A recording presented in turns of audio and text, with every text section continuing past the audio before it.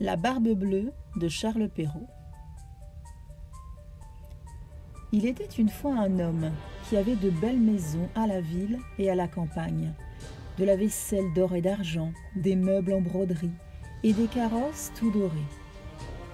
Mais par malheur, cet homme avait la barbe bleue. Cela le rendait si laid et si terrible qu'il n'était ni femme ni fille qui ne s'enfuit de devant lui.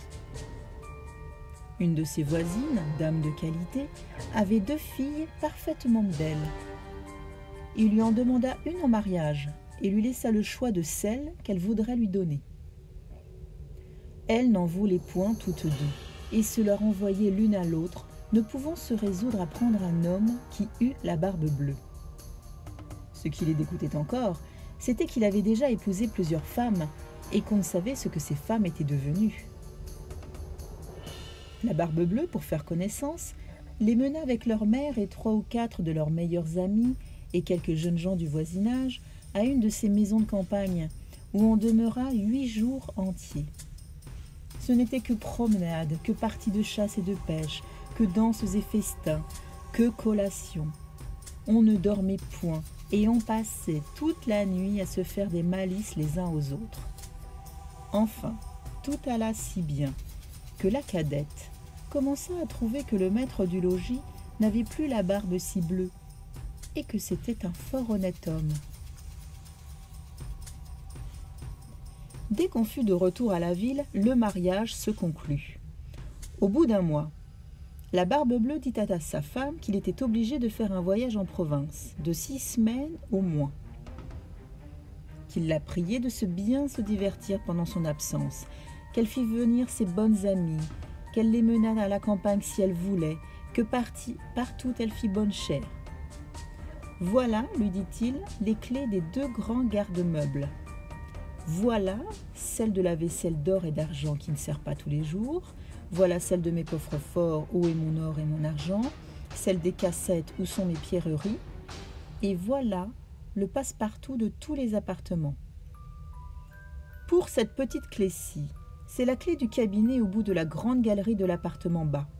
Ouvrez tout, allez partout. Mais pour ce petit cabinet, je vous défends d'y entrer. Et je vous le défends de telle sorte que s'il vous arrive de l'ouvrir, il n'y a rien que vous ne deviez attendre de ma colère. Elle promit d'observer exactement tout ce qui lui venait d'être ordonné. Et lui, après l'avoir embrassée, il monte dans son carrosse et part pour son voyage.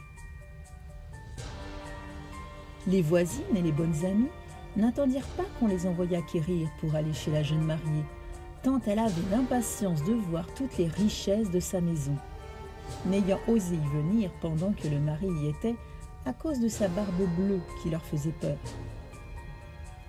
Les voilà aussitôt à parcourir les chambres, les cabinets, les garde-robes, toutes plus belles et plus riches les unes que les autres.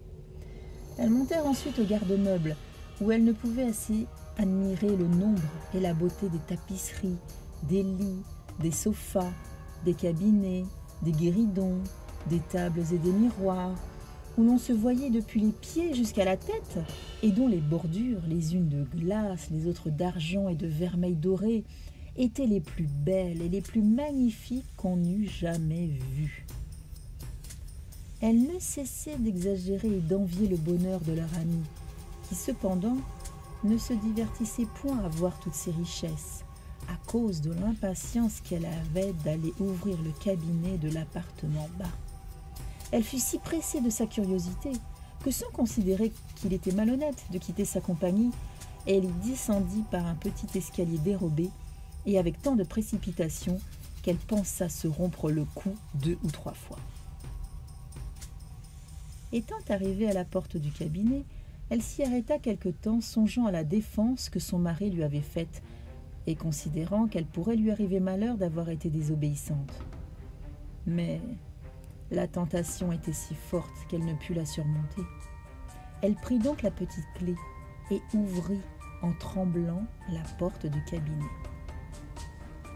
D'abord, elle ne vit rien, parce que les fenêtres étaient fermées. Après quelques moments, elle commençait à voir que le plancher était tout couvert de sang, caillé, et que de son sang se miraient le corps de plusieurs femmes mortes et attachées le long des murs. C'étaient toutes les femmes que la Barbe-Bleue avait épousées et qu'il avait égorgées l'une après l'autre.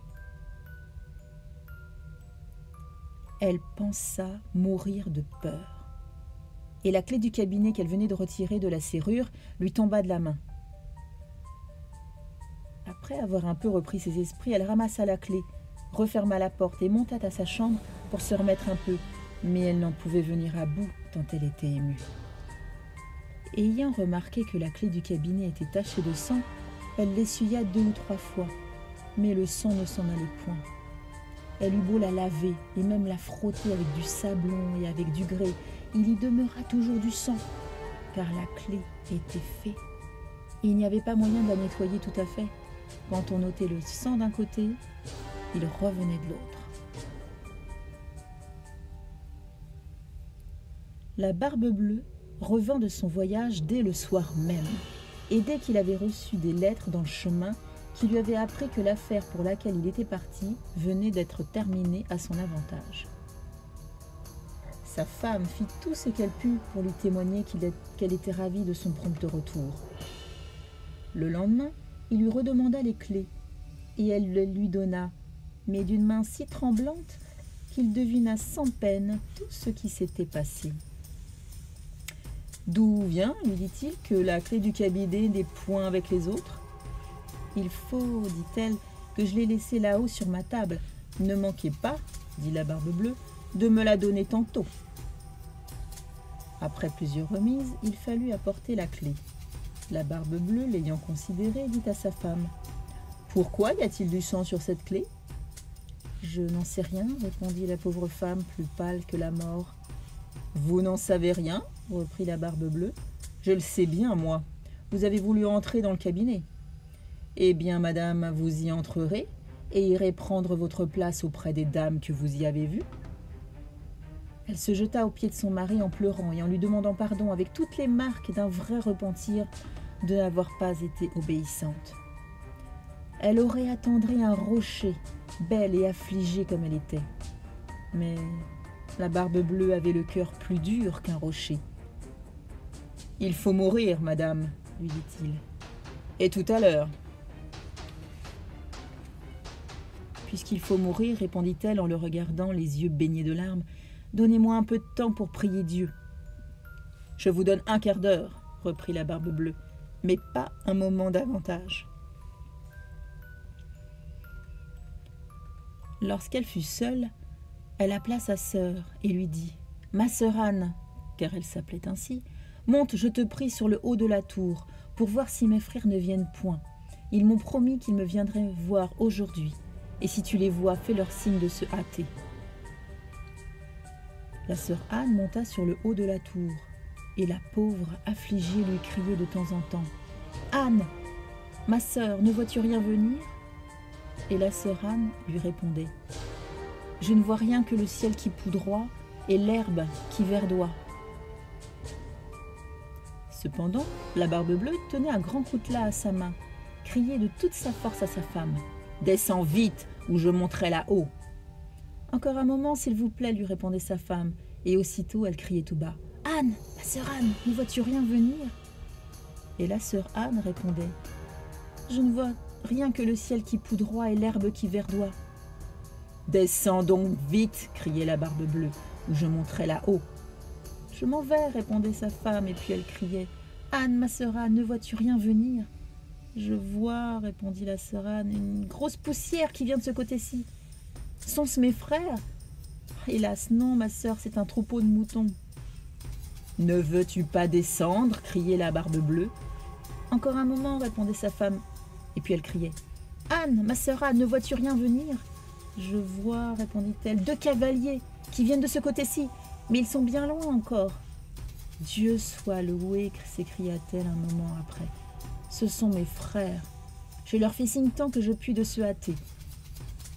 La Barbe-Bleue se mit à crier si fort que toute la maison en trembla. La pauvre femme descendit et alla se jeter à ses pieds, tout éplorée et tout échevelée. Cela ne sert à rien, dit la Barbe Bleue. Il faut mourir.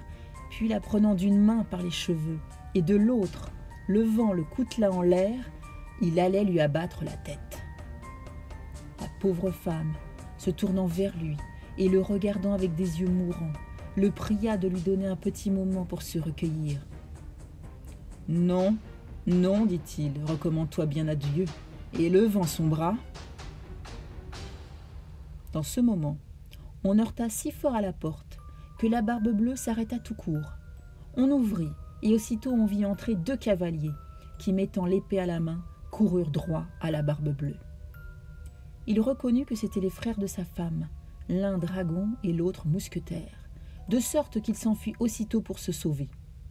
Mais les 2 frères le poursuivirent de si près qu'ils l'attrapèrent avant qu'il pût gagner le perron. Ils lui passèrent leur épée au travers du corps et le laissèrent mort. La pauvre femme était presque aussi morte que son mari et n'avait pas la force de se lever pour embrasser ses frères. Il se trouva que la Barbe Bleue n'avait point d'héritier et qu'ainsi sa femme demeura maîtresse de tous ses biens. Elle en employa une grande partie à marier sa sœur Anne avec un jeune gentilhomme dont elle était aimée depuis longtemps. Une autre partie à acheter des charges de capitaine à ses 2 frères, et le reste à se marier elle-même à un fort honnête homme qui lui fit oublier le mauvais temps qu'elle avait passé avec la Barbe Bleue.